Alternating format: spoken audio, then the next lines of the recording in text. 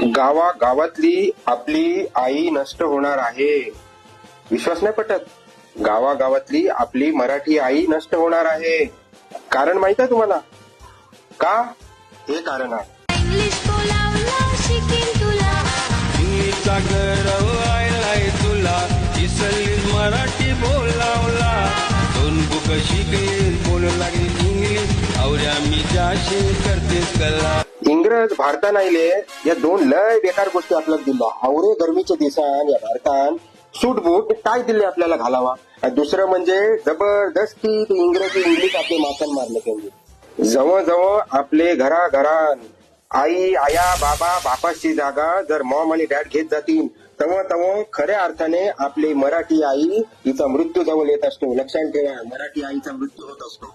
अख्खे जगान जवळजवळ 6,000 बोलीभाषा हान. बरं, त्या 6,000 मधून जवळजवळ 1500 ते 1600 नुसतं भारतात बोलीभाषा हान. येत्या 20 ते 25 वर्षामध्ये जगभरांचे त्या 6,000 भाषांमधून जवळजवळ 4,000 भाषा नष्ट होणार हान. त्या 4,000 मधून आपले महाराष्ट्रामध्ये जवळजवळ 60 प्रकारच्या बोलीभाषा बोलल्या जातात. 60 म्हणजे 60. अरे परत इंग्रजी बोललो मी. त्या 60 मधून 40 बोली भाषा आपले महाराष्ट्रांची नष्ट होणार आहात. कंच्या माहित आहे? लिस्ट बघा तुमची भाषा असेल तर आणि कमेंट करा. महाराष्ट्रामध्ये कोळी, वडारी, पारधी, कादोडी, चांभारी या भाषा नष्ट होण्याच्या मार्गावर आहात. कोळी गीतं ऐकून डॅन्स करताना गाणी बोलतात, पण आपलेच लोकांना कोल्यांना बाजारातनं मी मासळी आणली मच्छी आणली असं आपले काही लोक बोलतात. पण त्याच बाजारांची यांना मावरा बोलावा कवरं टेन्शन येते.